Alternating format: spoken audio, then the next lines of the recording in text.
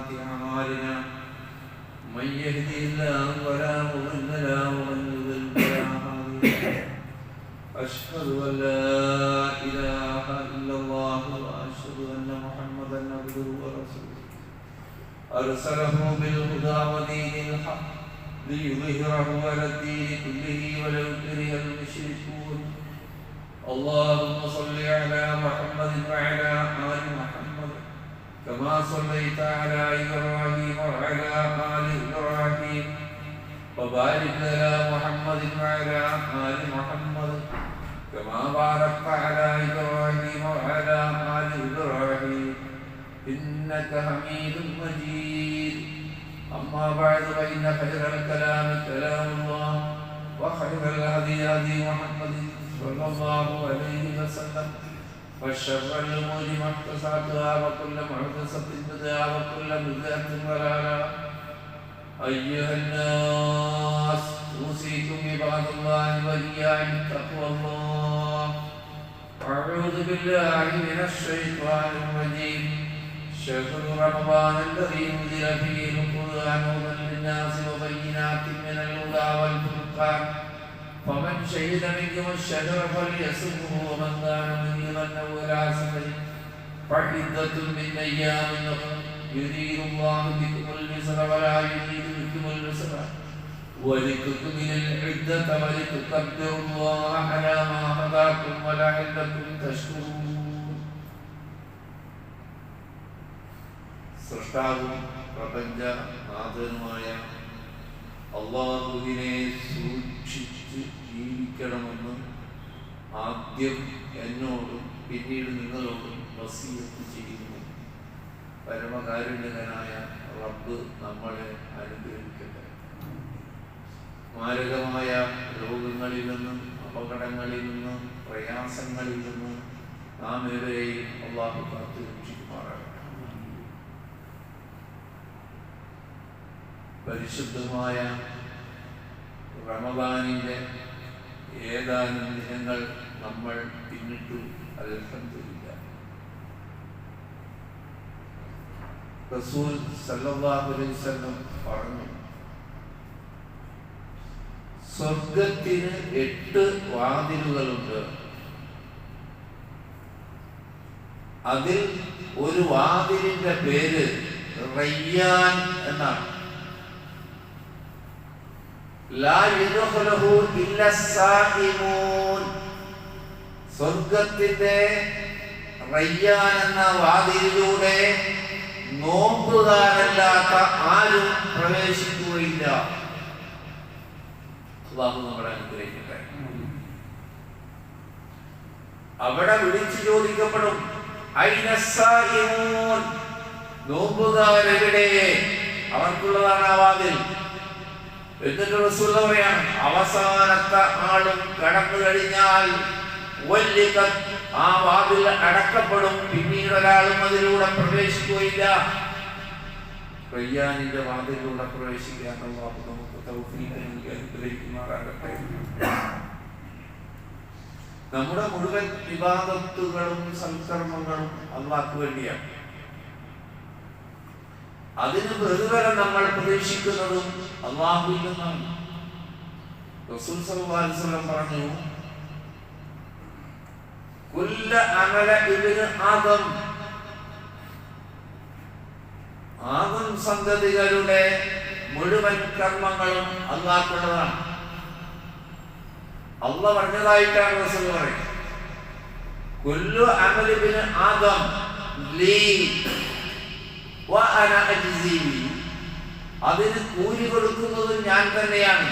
അല്ലാഹു പറഞ്ഞതായി റസൂലുള്ളാഹി പറയുന്ന ഹദീസ്. ഇല്ല സൗം, നോമ്പതിൽപ്പെടൂല.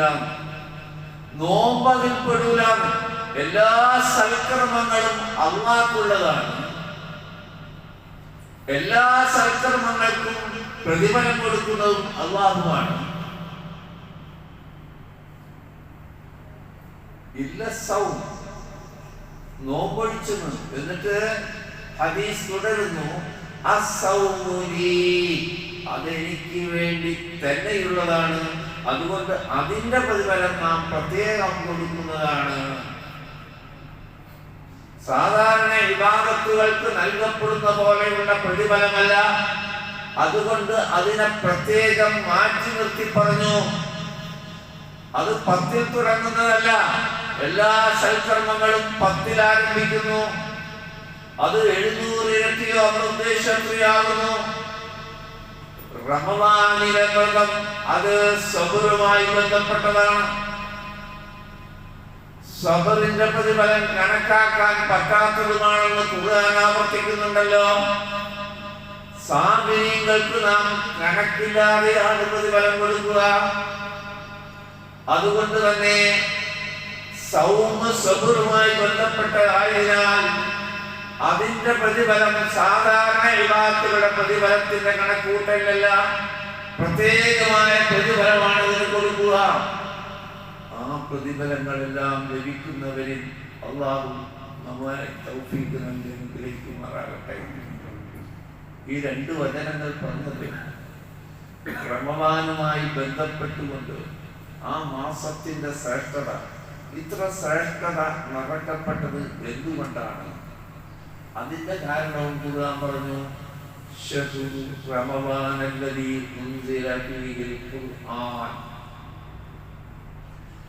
റമദാൻ മാസത്തിലാണ്. കഴിഞ്ഞ ആഴ്ച പറഞ്ഞ് നിങ്ങൾ ശ്രദ്ധിച്ചിട്ടുണ്ടാവും. ഒരു മാസത്തിന്റെ പേര് മാത്രമേ ഖുർആനിൽ പറഞ്ഞിട്ടുള്ളൂ എന്ന് ഞാൻ സൂചിപ്പിച്ചിരുന്നല്ലോ. ഷഹ്റു റമദാൻ, റമദാൻ മാസം, ആ പേര് മാത്രമേ ഖുർആനിലുള്ളൂ. 12 മാസങ്ങളിൽ റമദാൻ മാസത്തിന്റെ പേര് മാത്രമേ അല്ലാഹു ഖുർആനിൽ പരാമർശിച്ചിട്ടുള്ളൂ. അല്ലദീ ഉൻസില ഫീഹിൽ ഖുർആൻ, ഖുർആൻ ഇറക്കപ്പെട്ട മാസമാണത്. ഹുദൻ ലിന്നാസ്, ജനങ്ങൾക്ക് സത്യമാർഗം കാണിച്ചു കൊടുക്കുന്ന ഖുർആൻ അവതരിപ്പിക്കപ്പെട്ട മാസമാണ്. വബയ്യിനാത്തിൻ മിനൽ ഹുദാ. സുബ്ഹാനല്ലാഹ്, അല്ലാഹ് എങ്ങനെ വിശദീകരിക്കുന്നു? ഇത് സത്യമാർഗമാണെന്ന് പറയുക മാത്രമല്ല, വബയ്യിനാത്തിൻ മിനൽ ഹുദാ, വ്യക്തമായ തെളിവുകൾ, പ്രമാണങ്ങൾ നിരത്തിക്കൊണ്ട് ഇതാണ് ശരിയായ മാർഗം, ഇതാണ് രക്ഷയുടെ മാർഗം, ഇതാണ് സ്വർഗത്തിന്റെ മാർഗം എന്ന് തെളിവ് സഹിതം വിശദീകരിക്കുന്ന ഗ്രന്ഥമാണ് പരിശുദ്ധ ഖുർആൻ. വൽ ഫുർഖാൻ, ഖുർആന്റെ മറ്റൊരു നാമം, ഖുർആന്റെ ഒരു പേരാണല്ലോ ഫുർഖാൻ. സത്യാസത്യങ്ങളെ വിവച്ഛേദിച്ച് മനസ്സിലാക്കാൻ ഉതകുന്ന ഗ്രന്ഥം, ധർമാധർമ്മങ്ങളെ വേർതിരിച്ച് മനസ്സിലാക്കി തരുന്ന ഗ്രന്ഥം, നീതിയെയും അനീതിയെയും വേർതിരിച്ച് മനസ്സിലാക്കി തരുന്ന ഗ്രന്ഥം. എത്ര വലിയ ബുദ്ധിജീവിയായാലും അതിനെ വേർതിരിക്കുമ്പോൾ പിഴവ് സംഭവിക്കും. ഒരു കൂട്ടം ആളുകൾ ഇരുന്ന് വേർതിരിച്ചാലും പിഴവ് സംഭവിക്കും. മനുഷ്യരെ സൃഷ്ടിച്ച സർവ്വലോകങ്ങളുടെയും രക്ഷിതാവായ അല്ലാഹു തീരുമാനിക്കുന്നു, നീതി ഇതാകുന്നു, അനീതി അതാകുന്നു. ഇതാണ് ധർമ്മം, അധർമ്മം. ഇത് സത്യം, അത് അസത്യം. അങ്ങനെ അതിനെ വേർതിരിച്ച് മനസ്സിലാക്കാൻ ഉതകുന്ന ഗ്രന്ഥമായി, ഫുർഖാനായി നാം ഖുർആനിൽ അവതരിപ്പിച്ച മാസമാണ് റമദാൻ. അതുകൊണ്ട്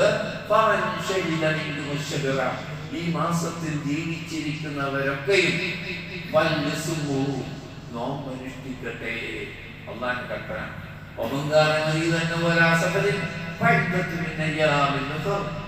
കഴിഞ്ഞ ആഴ്ച ആവർത്തിച്ചിട്ടുണ്ട്. ആരെങ്കിലും രോഗിയോ യാത്രയിലോ ആയാൽ മറ്റു ദിനങ്ങളിൽ പിടിച്ച് പൂർത്തീകരിക്കണം. കാരണം അല്ലാഹു നിങ്ങൾക്ക് എളുപ്പമാണ് ഉദ്ദേശിക്കുന്നത്. ഞെരുക്കമുണ്ടാക്കാൻ അല്ലാഹു ഉദ്ദേശിക്കുന്നില്ല. എണ്ണം പൂർത്തീകരിക്കുകയും വേണം. അല്ലാഹു ഖുർആൻ അവതരിപ്പിച്ചുകൊണ്ട് നിങ്ങൾക്ക് ഹിദായത്ത് നൽകിയതിന് പേരിൽ റബ്ബിനെ നിങ്ങൾ മഹത്വപ്പെടുത്താനും വലഅല്ലകും തശ്കുറൂൻ, റബ്ബിന് ശുക്ർ ചെയ്തുകൊണ്ട് ജീവിക്കാനും വേണ്ടി എന്ന് ആ ആയത്ത് അൽ-ബഖറയിലെ 185-ാമത്തെ ആയത്താണ് നിങ്ങൾ കേട്ടത്. അപ്പോ ഖുർആന്റെ ഒരു പേരാണ് ഫുർഖാൻ. സത്യാസത്യങ്ങളെ വേർതിരിച്ചറിയാൻ ഉപകരിക്കുന്നത്. തബാറക്കല്ലദീ നസ്സലൽ ഫുർഖാൻ, അവിടെയും ഫുർഖാൻ ഉപയോഗിച്ചു.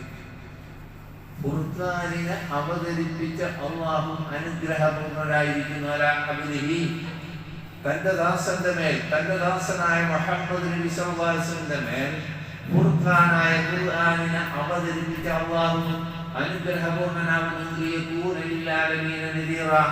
സർവ്വലോകത്തിനും മുന്നറിയിപ്പ് നൽകുന്നവനായി തീരുന്നതിനു വേണ്ടി. അപ്പോ ഖുർആന്റെ മറ്റൊരു പേര് പഠിച്ചു, ഫുർഖാൻ. ക്ലിയർ ആയിട്ട് മനസ്സിലാവും ശരി തെറ്റുകൾ. നമ്മൾ തീരുമാനിച്ചാൽ തെറ്റും. നമ്മളുടെ അറിവിന് പരിമിതി ഉള്ളത് കൊണ്ട്, നമ്മുടെ യുക്തിക്കും ബുദ്ധിക്കും പരിമിതി ഉള്ളത് കൊണ്ട്, ഒരു കൂട്ടം മനുഷ്യരിരുന്നാൽ പോലും അവിടെയും പരിമിതി ഉള്ളത് കൊണ്ട്, പരിമിതി ഇല്ലാത്ത റബ്ബ് നിശ്ചയിക്കുന്നു മനുഷ്യന് നന്മ ഏത് തിന്മയുണ്ട്, ഏത് വഴിയിലൂടെ പോയാൽ രക്ഷപ്പെടാം, ഏത് വഴികളെല്ലാം അപകടമാണ് എന്ന് കൃത്യമായി നിർണയിച്ചു തരുന്നുണ്ട് ഖുർആൻ.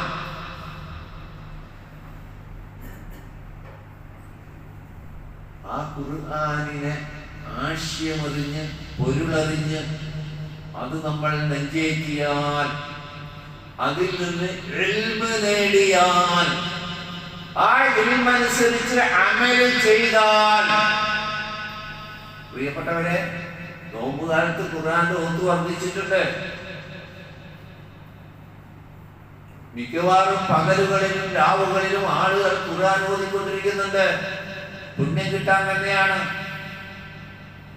ഒന്നിൽ കൂടുതൽ സത്യം തീർക്കുന്നവരുണ്ട്.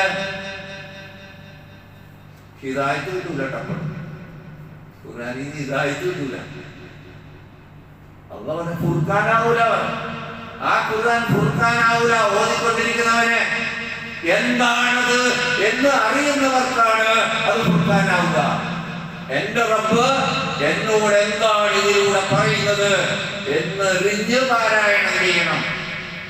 വെറുതെ ഓതിയാൽ എങ്ങനെ ഫുർഖാനാവാം? എങ്ങനെ ഫുർഖാൻ? ഇത് തെറ്റ്, ഇത് ശരിയല്ലേ? ഫുർഖാൻ ഓതിക്കൊണ്ടിരുന്നു കുറെ കഥ തീർക്കും. അപ്പോഴെങ്ങനെ തെറ്റ് ശരി ഒന്നും മനസ്സിലാവില്ല.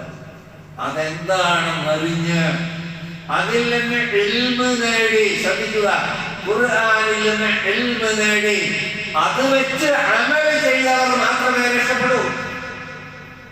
അല്ലാഹു അതിന് നമുക്ക് തൗഫീഖ് നൽകട്ടെ. അവരാണ് രക്ഷപ്പെട്ട വഴിയിലൂടെ സഞ്ചരിക്കാൻ പ്രാപ്തി നേടുക. കൃത്യമായൊരു നിലപാടുണ്ടായിരിക്കും ഖുർആൻ പഠിച്ചവർ. എന്ന ആടിക്കളിക്കേണ്ടി വരും. ഖുർആനിലൂടെ ദീൻ പഠിച്ചവർക്ക് കൃത്യമായൊരു നിലപാടുണ്ടാവും. അവരതിൽ ഉറച്ചു നിൽക്കും. യാതൊന്നവരെ ചാഞ്ചല്യപ്പെടുത്തില്ല. ആ പണ്ഡിതൻ ഇങ്ങനെ പറഞ്ഞെന്ന് കേൾക്കുമ്പോ ഒന്നും അങ്ങനെണ്ട, ഈ ഇമാം ഇങ്ങനെ പറഞ്ഞെന്ന് കേൾക്കുമ്പോ അപ്പോഴും ചായും. ഖുർആൻ പഠിച്ചവൻ, ഖുർആനിൽ നിന്ന് ദീൻ പഠിച്ചവൻ ചായില്ല. അവൻ കൃത്യമായ നിലപാടുണ്ടാവും. റസൂൽ സല്ലല്ലാഹു അലൈഹി വസല്ലം പറയുന്നു, അൻ അബീ ശുറൈബ് റളിയല്ലാഹു തആല ഖറജ അലൈനാ റസൂലുള്ളാഹി സ്വല്ലല്ലാഹു അലൈഹി വസല്ലം. ഒരു സന്ദർഭത്തിൽ അല്ലാഹുവിന്റെ റസൂൽ ഞങ്ങളിലേക്ക് വന്നു. ഫഖാല, എന്നിട്ട് റസൂലുള്ളാഹി ഞങ്ങളോട് ചോദിച്ചു, അത്തശ്ഹദൂൻ അൻ ലാ ഇലാഹ ഇല്ലല്ലാഹ് വ അന്നി റസൂലുള്ളാഹ്. അല്ലാഹു ലാ ഇലാഹ ഇല്ലല്ലാഹ്, ഞാൻ അല്ലാഹുവിന്റെ റസൂലാണെന്നും നിങ്ങൾ സാക്ഷ്യം വഹിക്കുന്നവരല്ലേ? ആണല്ലോ. അതുകൊണ്ടാണല്ലോ അതിലൂടെ വന്നത്, റസൂലിന്റെ ഉപദേശം കേൾക്കാൻ വന്നത്, റസൂലിന്റെ പിന്നിൽ നമസ്കരിക്കാൻ വന്നത്. അല്ലാഹു അല്ലാതെ ഇലാഹില്ല എന്നും മുഹമ്മദ് സ്വല്ലല്ലാഹുവിന്റെ റസൂലാണെന്നും സാക്ഷ്യം വഹിച്ചവരാണ് അവിടെ ഉള്ളത്. അവരോട് ചോദിക്കുന്നു, നിങ്ങൾ അതിന് സാക്ഷ്യം വഹിച്ചവരല്ലേ? ആരൂബലാ, സഹാബത്തും ഒന്നടങ്കം പറഞ്ഞു, ബലാ അല്ലാഹുവിന്റെ റസൂലേ, അതെ ഞങ്ങൾ സാക്ഷ്യം വഹിച്ചവരാണല്ലോ. ഖാല, അപ്പോൾ റസൂലുള്ളാഹി പറഞ്ഞു, ഇന്ന ഹാദൽ ഖുർആൻ, നിങ്ങൾ സാക്ഷ്യം വഹിച്ചവരാണോ? എങ്കിൽ ഈ ഖുർആൻ തറഫഹു ബിയദില്ലാഹ്, അതിന്റെ മേലക്കം അല്ലാഹുവിന്റെ കയ്യിലാണ്. ആ പരിശുദ്ധ ഖുർആന്റെ മേലക്കം അല്ലാഹുവിന്റെ കയ്യിലാണ്. വതറഫു ബിഐദീകും, ആ ഖുർആനിനെ അറിഞ്ഞ് പൊരുളറിഞ്ഞ് അതിൽ നിന്ന് ഇൽമ് നേടി പാരായണം ചെയ്യുന്നവർ, അത് വെച്ച് അമൽ ചെയ്യുന്നവർ, അവരുടെ കയ്യിലാണ് കയറിന്റെ കീഴറ്റം. അതുകൊണ്ട് നിങ്ങൾ അതിനെ മുറുകെ പിടിക്കുക. ഒരിക്കലും നിങ്ങൾ പഴക്കില്ല, ഒരിക്കലും നിങ്ങൾ പഴച്ചു പോകില്ല. വലം തഹ്ലികൂ, നാശമടയില്ല. ഖുർആന് ശേഷം ഒരിക്കലും നിങ്ങൾ പിഴക്കുകയോ നാശമടയോ ചെയ്യുകയില്ല. കാരണം കയറ് പിടിച്ചിരിക്കുന്ന അള്ളല്ലേ, അള്ള പിടിച്ച കയറാണ് ഖുർആൻ. ആ ഖുർആനിന്റെ ആശയം അറിഞ്ഞ് പാരായണം ചെയ്യുകയും ആ ഖുർആനിൽ നിന്ന് ഇൽമു നേടുകയും ആ ഇൽമിന്റെ അടിസ്ഥാനത്തിൽ അമൽ ചെയ്യുകയും ചെയ്ത് ജീവിച്ചവർ നമ്മ പേടിക്കേണ്ടല്ല. ആ കയറ് കൊണ്ടുപോകണമല്ലേ, രക്ഷയുടെ വഴിയിലൂടെ കൊണ്ടുപോവുകയാണ്. അല്ലാഹു അതിന് നമുക്ക് തൗഫീഖ് നൽകി അനുഗ്രഹിക്കുമാറാകട്ടെ. ഖുർആന്റെ മറ്റൊരു പേര് കൂടി പറയുകയാണ്. അതിന്റെ പേര് നൂറ് എന്നാണ്. ഫുർഖാൻ എന്ന പേര് കേട്ടല്ലോ. ഖുർആന്റെ മറ്റൊരു പേര് വെളിച്ചം, പ്രകാശം എന്നാണ്. ഞാൻ പറഞ്ഞതല്ല, അള്ളാഹു പറഞ്ഞത്. യാ അയ്യുഹന്നാസ്, അല്ലയോ ജനങ്ങളെ, ഖദ് ജാഅക്കും ബുർഹാനുൻ മിർ റബ്ബിക്കും, നിശ്ചയം നിങ്ങൾക്ക് അല്ലാഹുവിൽ നിന്ന് റബ്ബിൽ നിന്ന് പ്രമാണങ്ങൾ, തെളിവുകൾ വന്നിരിക്കുന്നു. വഅൻസൽനാ ഇലൈക്കും നൂറൻ മുബീനാ, വ്യക്തമായ ഒരു പ്രകാശം നിങ്ങൾക്ക് ഇറക്കി തന്നിരിക്കുന്നു. അല്ലാഹു ഖുർആനിനെ പറ്റി ഹദീസല്ലത് ആയത്താണ് നിങ്ങൾ കേട്ടത്. സൂറത്ത് നിസായിലെ 174-ാമത്തെ ആയത്ത്.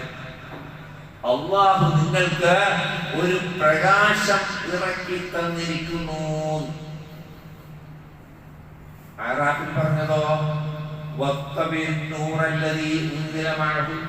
റസൂലിനോടൊപ്പം ഇറക്കപ്പെട്ട നൂറിനെ പിൻപറ്റുന്നവരാണ് അവർ. അവരാണ് വിജയിക്കുക. കണ്ട, രണ്ടായിരത്തി കേട്ടില്ല നിങ്ങൾ. 100 നിൽക്കുകയാണ് അമ്മ പറയുന്നത്. അതെന്ത്?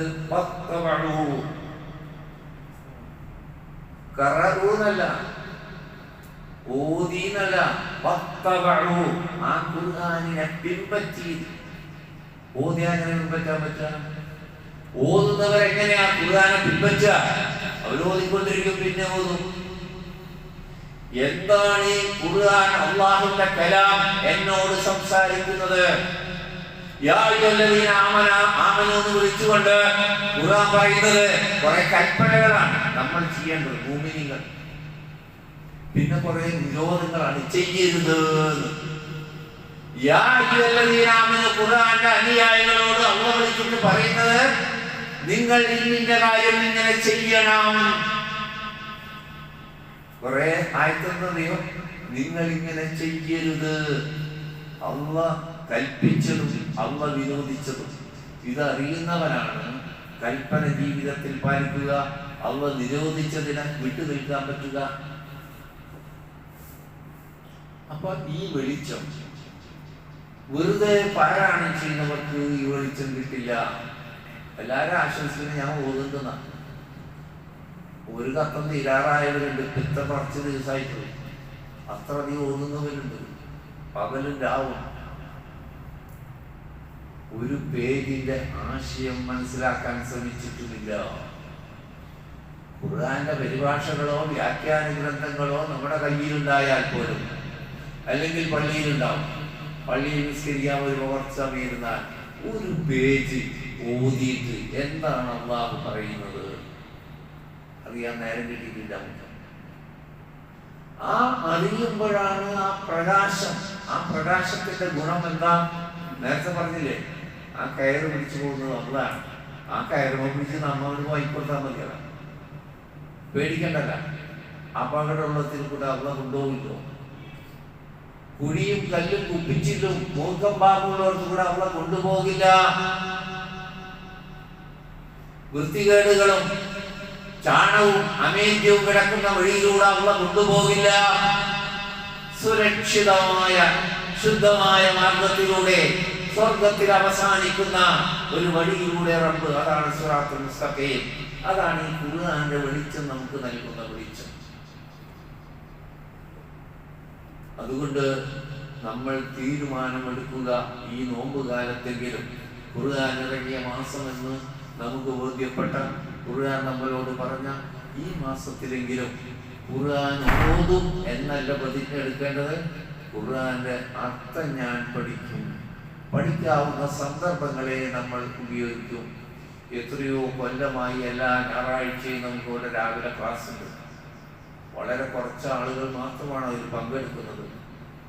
ക്ലാസ് ഉണ്ടെന്ന് അറിയാത്തത് കൊണ്ടല്ല, അതിന് നമ്മൾ സമയം കണ്ടെത്തണം എന്ന് എനിക്ക് പ്രിയപ്പെട്ട എൻ്റെ സഹോദരങ്ങളെ ഞാൻ ഓർമ്മപ്പെടുത്തുകയാണ്. ഈ വെളിച്ചത്തിന്റെ പ്രത്യേകത ദുനിയാവിൽ അവസാനിക്കുന്ന വെളിച്ചമല്ല എന്നതാണ്. നമ്മൾ മറ്റു കാര്യങ്ങളൊക്കെ ചെയ്യുമ്പോൾ അവിടെ ദുനിയാവിൽ പരിമിതപ്പെടാം. നമ്മൊരു വീടുണ്ടാക്കിയാൽ ആ വീട് ദുനിയാവിൽ വെച്ച് താമസിക്കാനാണ്. മരിച്ചാൽ പിന്നെ നമുക്ക് താമസിക്കാൻ പറ്റില്ല. പിന്നെ നമ്മൾ കിടക്കുന്നത് തീരെ ഇടയില്ലാത്ത ഒരു ഖബറിലാണ്. വിശാലമായ വീട് കയറ്റുന്നവരാണ് നമ്മൾ. പണ്ടൊക്കെ 10-10 മുറി മതിയായിരുന്നു. ഇപ്പൊ അത് പോരാ, 15-15, 15-16 ആയി. അവിടെ തന്നെ ടേബിളും അവിടെ തന്നെ അലമാരും, ആ ബെഡ്റൂമിൽ തന്നെ വേണമെങ്കിൽ ചെറിയൊരു ഡൈനിങ്, ചെറിയ മേശൊക്കെ വേണമെന്ന് വാശിയാവുക. ഡൈനിങ് ഹാള് വേറെ ഉണ്ട്, എന്നാലും ഇവിടെ തന്നെ എല്ലാം അവിടെ തന്നെ. അവര് കുറ്റമൊന്നുമില്ലട്ടാ. ആ വീട് കയറ്റുന്ന ഞാനും നിങ്ങളും ഇടയ്ക്ക് കബറ് കാണുന്നത് നല്ലതാണ്. നമ്മുടെ നാട്ടിലെ കബറ് കാണുന്നത്, ബസ്സിന് പോണ്ട കബറ് കാണാൻ. നമ്മുടെ മഹല്ലിലെ കബർ ഒന്ന് കാണുക. നമ്മുടെ സ്വന്തം വാപ്പ, ഉമ്മ, നമ്മുടെ അയൽവാസി, സുഹൃത്ത്, ബന്ധുജനങ്ങൾ, അവരെ കബറൊന്നും കാണുക. റസൂൽ പറയുന്നില്ല, നിങ്ങൾക്ക് പരലോകത്തെ കുറിച്ച് ഓർമ്മ വരും. അവർക്ക് വിശേഷമൊന്നുമില്ല. അത് ഇവിടെ പള്ളിയിൽ നിന്നിട്ട് നമ്മൾ മരിച്ചവർക്ക് വേണ്ടി പ്രാർത്ഥിച്ചാൽ അവർക്ക് കിട്ടും. നമുക്ക് വേണ്ടിയാണ് കബർ ചെയ്യാത്തത്, മരിച്ചവർക്ക് വേണ്ടിയിട്ടല്ല. നമ്മുടെ വീട്ടിലിരുന്നിട്ടോ നിസ്കാരം കഴിഞ്ഞിട്ടോ പള്ളിയിൽ ഇരുന്നിട്ടോ നമ്മുടെ മരിച്ചുപോയവർക്ക് വേണ്ടി പ്രാർത്ഥിച്ചാൽ ആ പ്രാർത്ഥന അവർക്ക് കിട്ടും. അവിടെ പോകുന്നത് ഖബറൊന്ന് കാണാനാ, ചന്ദനക്കുടത്തിനല്ല. ചന്ദനക്കുടത്തിന് ആരെങ്കിലും ചന്ദനക്കുടത്തിന് പോയിട്ട് പരലോകം ഓർമ്മയോ? നിങ്ങൾ ഖബർ സന്ദർശിക്കുമ്പോൾ നിങ്ങൾക്ക് പരലോകത്തെ കുറിച്ച് ഓർമ്മ വരും. നീർന്ന് മലർന്നു കിടക്കാൻ പോലും ഇടയില്ല. അതുകൊണ്ട് ചെരിച്ചാ വെക്കണം. ഖബർ കുഴിച്ചിട്ട് തടി കൂടിയ മയ്യത്താണെങ്കിൽ ചെരിച്ചാണ് വെക്കണം. ഖബർ ഉണ്ടാക്കാൻ നിൽക്കുന്നില്ല. നമുക്ക് ഈ മുറി പോരാണ്ട് വരും. അപ്പൊ ആ മുറി കയറ്റുന്നവർക്ക് ഓർമ്മ വരും, ഇനി ഞാൻ ഈ മുറിയിലെല്ലാം കിടക്കേണ്ടി വരാം. ഇവിടെ ഈ 6 അടി നീളത്തിലുള്ള ചെരിഞ്ഞ് കിടക്കേണ്ട സ്ഥലത്ത് കിടക്കേണ്ട ആളാ, വെറും മണ്ണില്. ആ ഓർമ്മ ദുനിയാവിലുള്ള ജീവിതത്തിൽ അനേകം മൂല്യങ്ങൾ പാലിക്കാൻ നമ്മളെ പ്രേരിപ്പിക്കും. അല്ലാഹു അനുഗ്രഹിക്കട്ടെ. ഞാൻ പറഞ്ഞത് ഖുർആന്റെ വെളിച്ചം, ഖുർആന്റെ പേരിന് വെളിച്ചം തന്നിട്ടല്ലോ. ആ വെളിച്ചം ഇവിടെ അവസാനിക്കുന്നില്ല, അത് പരലോകത്തേക്കുള്ളതാണെന്ന് കൂടി അല്ലാഹു പറയുന്നു. നോക്കൂ, യൗമ തറൽ മുഅ്മിനീന വൽ മുഅ്മിനാത്ത്, സത്യവിശ്വാസികളും സത്യവിശ്വാസികളും കാണുന്ന ദിവസം.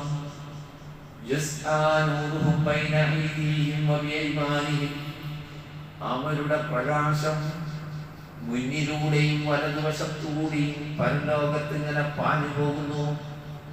നിനക്ക് കാണാം ആരെ? മുഅ്മിനീങ്ങളെ കാണാം, മുഅ്മിനാത്തുകളെ കാണാം. ആണിന് മാത്രം ബാധകമല്ല. ഖുർആന്റെ ആശയം പഠിച്ച് അതിൽ നിന്ന് ഇൽമ് നേടി അത് വെച്ച് അമൽ ചെയ്യുക എന്നത് പുരുഷന്മാരുടെ മാത്രം ബാധ്യതയല്ല, സ്ത്രീകളുടെ. അതുകൊണ്ടാണ് ഇങ്ങനെ പറഞ്ഞത്, മുഅ്മിനീങ്ങളെയും മുഅ്മിനാത്തുകളെയും നിനക്ക് കാണുന്ന ദിവസം. അവരുടെ പ്രകാശം ഇങ്ങനെ മുന്നിലൂടെയും വലതുവശത്തുകൂടി ഇങ്ങനെ പാഞ്ഞു പോയിക്കൊണ്ടിരിക്കും.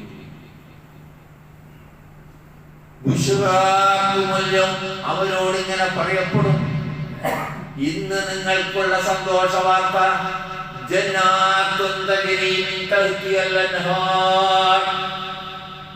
താഴ്വാരങ്ങളിലൂടെ അരുവികൾ ഒഴുകുന്ന സ്വർഗ്ഗത്തോപ്പുകളാണ്. ഇന്ന് നിങ്ങൾക്കുള്ള സന്തോഷ വാർത്ത. ദുനിയാവിൽ വെച്ച് ഖുർആനിൽ നിന്ന് വെളിച്ചം സ്വീകരിച്ചുകൊണ്ട് ജീവിച്ച മനുഷ്യർക്ക് പരലോകത്ത് സന്തോഷ വാർത്ത. ഇന്ന് നിങ്ങൾക്കുള്ള സന്തോഷ വാർത്ത അരുവികൾ ഒഴുകുന്ന സ്വർഗ്ഗത്തോപ്പുകളാകുന്നു. ഖാലിദീന ഫീഹാ, അതിൽ ശാശ്വതവാസികളായിരിക്കും. ദാലിക ഹുവൽ ഫൗസുൽ അദീം, അതാണ് മഹത്തായ ഭാഗ്യം. ആ ഭാഗ്യത്തിന്റെ ഉടമകളാവാൻ അല്ലാഹു നമ്മളെ അനുഗ്രഹിക്കട്ടെ. പ്രാർത്ഥനയുണ്ട്, നിങ്ങളെല്ലാവരും ആമീൻ പറയുന്നുണ്ട്, അല്ലെങ്കിൽ സ്വയം നമ്മളങ്ങനെ പ്രാർത്ഥിക്കുന്നവരാണ്. പ്രവൃത്തിയില്ലെങ്കിലോ? പ്രാർത്ഥനയുണ്ട്, പ്രവൃത്തി വേണ്ടേ? പ്രവർത്തിക്കാതെ തനി പ്രാർത്ഥനക്ക് വലിയ മഹത്തുണ്ട്. ആ പ്രാർത്ഥിക്കുമ്പോൾ അവനക്കൊരു നെയ്യത്തുണ്ടാവണം. ഈ പ്രാർത്ഥനക്കനുസരിച്ച് കൂടി ഞാൻ പ്രവർത്തിക്കും എന്ന്. അപ്പോൾ ഖുർആന്റെ ആശയം അറിയാനും അത് പൊറുക്കാനായി അനുഭവിക്കാനും അതിന്റെ വെളിച്ചം നേടി പരലോകത്തിലും വെളിച്ചത്തിലൂടെ സഞ്ചരിച്ച് സ്വർഗത്തിലെത്താനും അല്ലാഹു നമുക്ക് തൗഫീഖ് നൽകി അനുഗ്രഹിക്കുമാറാകട്ടെ.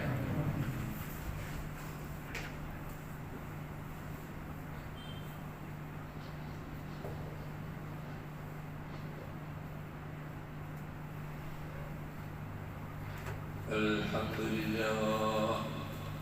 اللهم صل على محمد وعلى آل محمد. أيها الناس أوصيكم عباد الله وإياي بتقوى الله. അള്ളാഹുവിനെ സൂക്ഷിക്കാൻ ഒരിക്കൽ കൂടി എന്നെ നിങ്ങളെ ഓർമ്മപ്പെടുത്തുന്നു. പ്രിയപ്പെട്ടവരെ, ഖുർആന്റെ വെളിച്ചം സ്വീകരിച്ചില്ലെങ്കിൽ എന്ത് സംഭവിക്കും? പരലോകം ഖുർആൻ ആകുന്ന വെളിച്ചം സ്വീകരിക്കാതിരുന്നാൽ, അതിൽ നിന്ന് ഇൽമ് നേടാതിരുന്നാൽ, അതുവഴി അമൽ ചെയ്യാതിരുന്നാൽ എന്താണ് സംഭവിക്കുക? അതൊരു മഹാദുരന്തമാണെന്ന് ഖുർആൻ പറയുന്നു. നോക്കൂ നിങ്ങൾ, യൗമ യഖൂലുൽ മുനാഫിഖൂന വൽ മുനാഫിഖാത്ത്.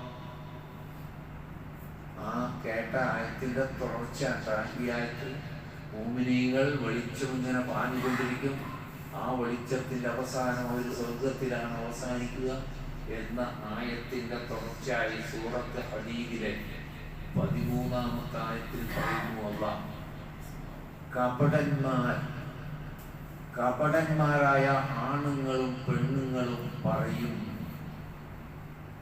അവർ യഹൂദികളല്ലട്ട, ക്രിസ്ത്യാനികളല്ല, കാഫിറുകളോ മുശ്രിക്കുകളോ അല്ല, മുനാഫിക്കുകളാണ്, മുസ്ലിങ്ങളായി അറിയപ്പെട്ടവരാണ്.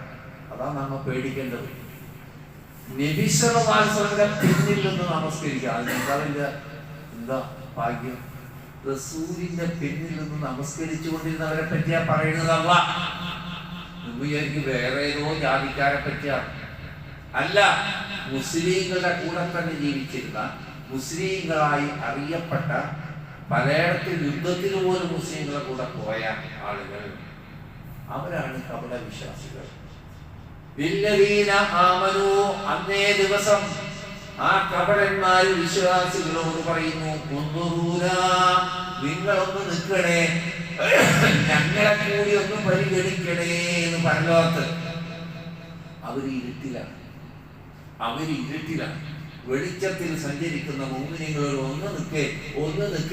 നമ്മൾ ഇരുട്ടത്ത് നിൽക്കുമ്പോ ഒരു ടോർച്ചായിട്ട് ഒരാൾ പോകുമ്പോ നിൽക്ക്, ഞാനും കൂടി ഉണ്ടെന്ന് പറയില്ലേ, ഒന്ന് നിൽക്ക്, വെളിച്ചുള്ള ആളായി പോകുമ്പോ.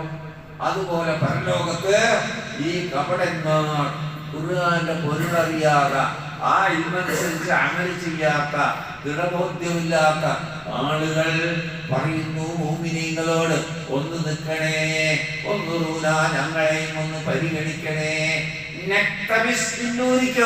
നിങ്ങളുടെ വെളിച്ചത്തിൽ നിന്ന് ഞങ്ങളൊന്ന് കത്തിച്ചെടുക്കട്ടെ. ഇങ്ങനെ കത്തിച്ചെടുക്കുക. ടോർച്ചൊക്കെ ആവുന്നതിന് മുമ്പ് ചൂട്ടായിരുന്നല്ലോ, ഇരുട്ടത്ത് ദൂരം നിന്നൊക്കെ വണ്ടി ഇറങ്ങി ഉൾഗ്രാമങ്ങളിലേക്ക് റോഡില്ല, ഇടവഴികളാണ്, പ്രശ്നമാണ്. അപ്പോ ആ പാതവക്കിൽ ചൂട്ട് കച്ചവടം പോലും ഉണ്ടായിരുന്നു പല നാട്ടിലും, ചൂട്ട് വിൽക്കാൻ. അപ്പൊ അത് കത്തിച്ചിട്ട് ഇങ്ങനെ പോകും. അപ്പൊ വെളിച്ചില്ലാത്തവര്, തീയില്ലാത്തവര്, ചൂട്ട് കത്തിച്ചു വരുന്ന ആളുകൾ കത്തിച്ചു അവരെ ചൂട്ടു. കപടന്മാര് പരലോകത്ത് പറയുന്ന, നിങ്ങളെ വെളിച്ചത്തിൽ നിന്ന് ഞങ്ങളൊന്ന് പകർത്തിയെടുക്കട്ടെ. തേയില. അപ്പോൾ അവരോട് ഇങ്ങനെ പറയപ്പെടും, പുറകോട്ട് വയ്ക്കോ, മടങ്ങിക്കോ. ഇവിടെ വെച്ച് വെളിച്ചം കിട്ടില്ല. ദുനിയാവിൽ നിന്ന് സ്വീകരിക്കേണ്ട വെളിച്ചമായിട്ട് അവിടെ അന്വേഷിച്ചു വെളിച്ചം. പരലോകത്ത് വന്നിട്ട് വെളിച്ചം അന്വേഷിച്ചാൽ കിട്ടില്ല. വെളിച്ചമുള്ളവരിൽ നിന്ന് പകർത്തിയെടുക്കാനും പറ്റില്ല. വെളിച്ചമുള്ളവരുടെ കൂടെ സഞ്ചരിക്കാനും പറ്റില്ല. ദുനിയാവിന് തന്നെ ആ വെളിച്ചം സ്വീകരിക്കണം. പുറകിലേക്ക് മടങ്ങിക്കോളൂ. അവിടെ വെളിച്ചം അന്വേഷിക്കൂ. അല്ലാഹു ഈ അവസ്ഥയിൽ നിന്ന് നമ്മൾ കാത്തുരക്ഷിക്കട്ടെ. കൂടെ പോകാന്ന് വെച്ചാൽ നടക്കൂല. അതിനിടയിൽ ഒരു മറ വീഴും. അല്ലാഹു പറയാ, മുഅ്മിനീങ്ങളുടെയും ഖുർആന്റെ വെളിച്ചം സ്വീകരിക്കാതെ അമൽ ചെയ്യാതെ ജീവിച്ച ആ കപടന്മാരുടെയും ഇടയിൽ ഒരു മറ വീഴും. ലഹു ബാബുൽ ബാത്തിനുർ റഹ്മ. ആ മറക്കൊരു വാതിലുണ്ട്. ഉള്ളിൽ അല്ലാഹുവിന്റെ കാരുണ്യമാണ്. പുറത്ത് അല്ലാഹുവിന്റെ ശിക്ഷയാണ് ആ ഭാഗത്തുള്ളത്. റഹ്മത്ത്, അല്ലാഹുവിന്റെ റഹ്മത്ത് കിട്ടുന്നവര്,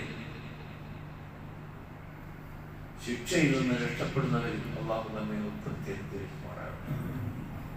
ഈ വിഷയം അല്ലാഹു അവസാനിപ്പിച്ചില്ല. 3 ആയത്താണ് ഈ വിഷയത്തിൽ ബന്ധപ്പെട്ട.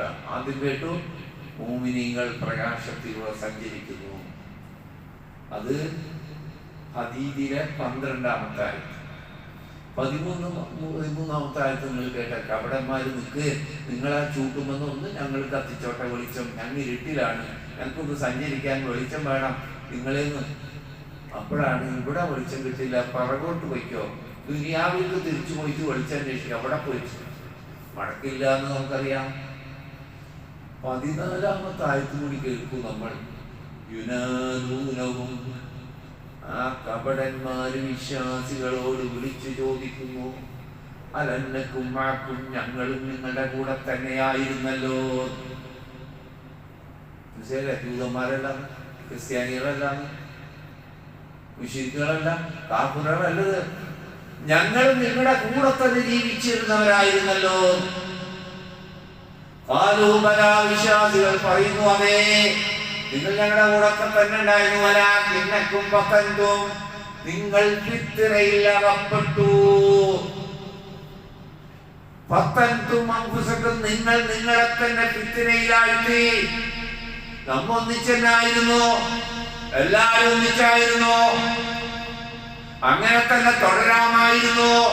പക്ഷേ നിങ്ങൾ നിങ്ങളുടെ ഫിത്നയിൽപ്പെട്ടു. ഖുർആന്റെ വെളിച്ചത്തിലൂടെ നടന്നിരുന്നെങ്കിൽ ഇന്നും നമ്മൾ ഒന്നിച്ച് തന്നെ ഉണ്ടാകുമായിരുന്നു, ഒരേ പള്ളിയിൽ.